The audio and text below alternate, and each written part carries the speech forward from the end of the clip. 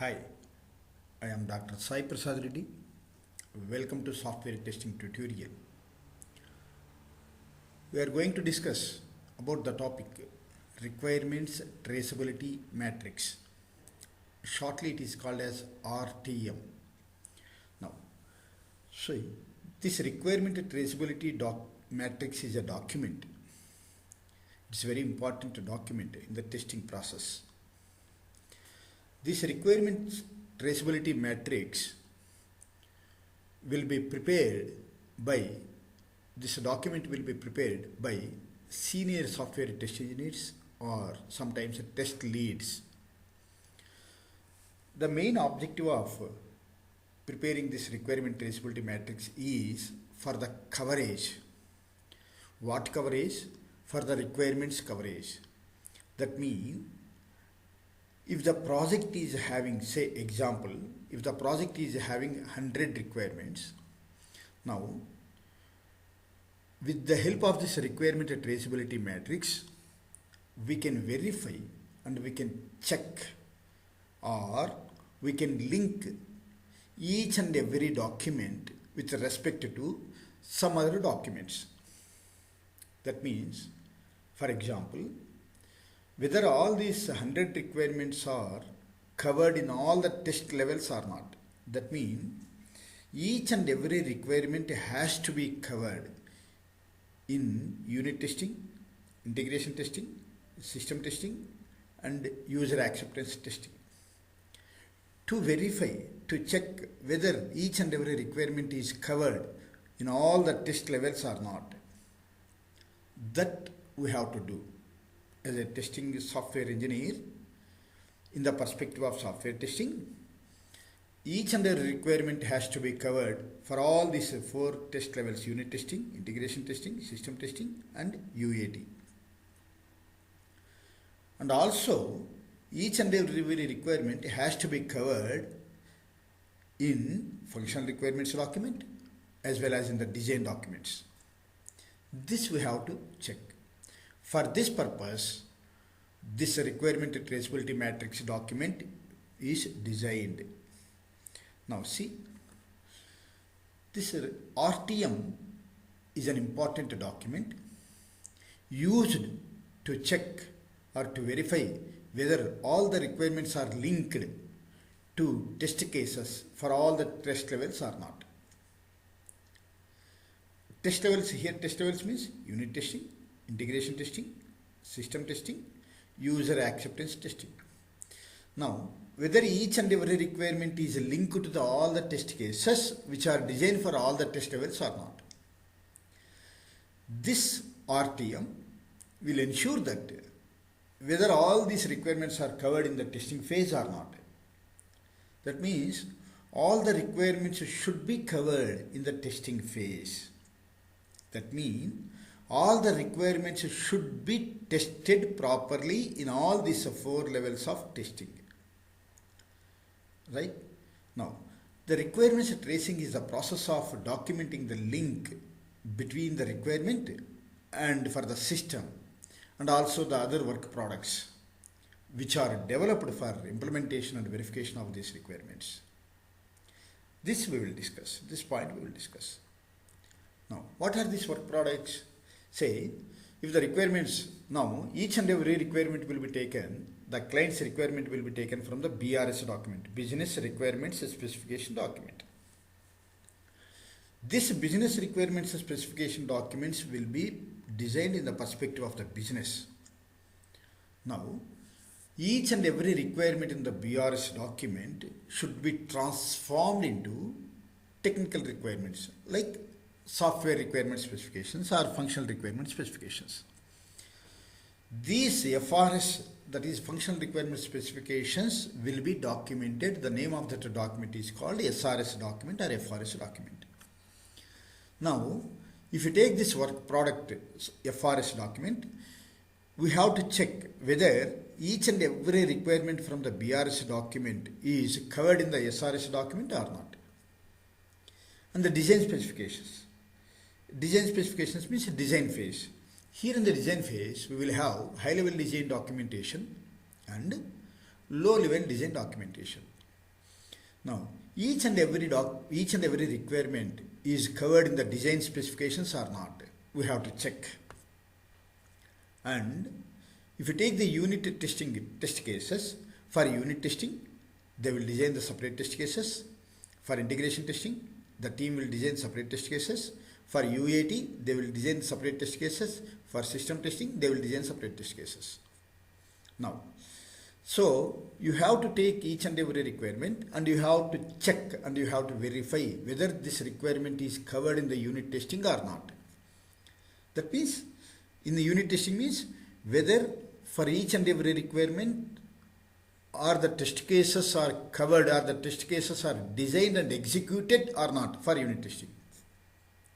And the same way, you have to take each and every requirement and you have to verify and you have to check or you have to link whether for this requirement the test cases for integration testing is covered or not. That means designed or not, prepared or not. If it is prepared, then whether it is executed or not. That you have to check. Even for system testing also.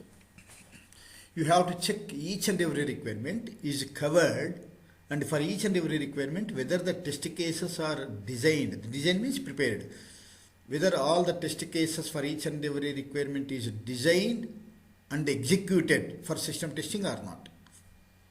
In the same way for UAT also, each and every requirement has to be verified and checked whether the test cases are designed and executed for UAT or not. Like this, each and every requirement has to be verified. Each and every requirement of the project has to be checked, and each and every requirement of this project has to be linked for all the test levels and also for all the work products like software requirements, specification document and design documentations and test plans, any other documents for the project. Like this, right? Here, generally, this RTM, Requirements Traceability Matrix document will be prepared by senior test engineers or test lead. Now, see, the main intention or the main goal of this requirement traceability matrix, as we discussed, each requirement can be checked or verified against to all the test levels for the coverage or not. Whether all these requirements are covered in all the test cases or not. Testing team can check the coverage of each and every requirement in all the test levels. Requirements traceability matrix will help you or helps the testing team to assess how much of testing that is completed for the project. This is very important. How much testing has completed for the project. This can be assessed. This can be evaluated. This can be checked. This can be verified with the help of the requirements traceability matrix. Now, this traceability process itself is used to review the test cases that were defined for all the requirements. Because for each and every requirement, the test cases has to be defined. That means designed, and all the test cases are supposed to be executed. Now, I will show you the requirements traceability matrix template or the document. Right? With the help of this document, now we can see, yes, this is requirements traceability matrix. Now, see, this is a serial number and this is a business requirements number. That is, see, in the BRS, there will be the requirements, business requirements in the BRS document. For each and every requirement, there will be a requirement ID. For each and every requirement, there will be an ID. That means each and every requirement will be assigned one ID number. That this is the ID number of this particular requirement. And for each and every requirement, they will assign the priority level. That is, priority means importance of the requirement. Right? So, the priority levels will be generally high, medium, low. If you verify this BRS document, in BRS document, for each and every requirement, the ID number will be assigned by the author of the document. Who is author of the BRS document? Business analyst. Right? See, some requirements will be having a high priority, some requirements will be having low priority, some requirements will be having medium priority. Like this, for each and every requirement, they will assign the priority level. Now, see requirement ID R01. Whether this requirement process is identified, that is whether this requirement is covered in the BRS document or not. Yes, it is covered. That here they will mention the process. They will write the process. And here the business requirements document, this requirement R01, where it is covered in the BRS document, under which section that requirement is covered in the BRS document. See, business requirements version number 2.4 section 1.1.1. That means if you open the BRS document of version 2.4, there if you go to the section 1.1.1, this requirement will present it. Right? And now this is the business requirement. Now each and every requirement has to be transformed into the technical requirements. That is functional specifications. That is FRS document. Whether this is covered in the FRS document or SRS document or not. Yes. Then they have to write here the process. And here, same like in the BRS document, in the FRS document or in SRS document, under which section this requirement is covered. That they have to mention here. And the design phase. See, we are having the design documentations. For each and every requirement, whether it is covered in the design documentation or not. Yes, covered. Under which section it is covered, they have to mention the section here. Clear? Now, if you take the same requirement, it should be covered, and for each and every requirement, they have to design the unit test cases for unit testing. So, if that particular requirement is covered in the unit testing, that means for this particular requirement, if they have designed, they have prepared the unit test case, then that obviously the test case will have the ID number, test case ID number. So now here they have to mention, they have to write test case ID of this unit testing, of this particular requirement. That they have to mention the test case ID here. After writing the test case ID, then finally they have to see whether this test case is executed or not. If it is executed, we will mention yes. If it is not executed, then we will mention no.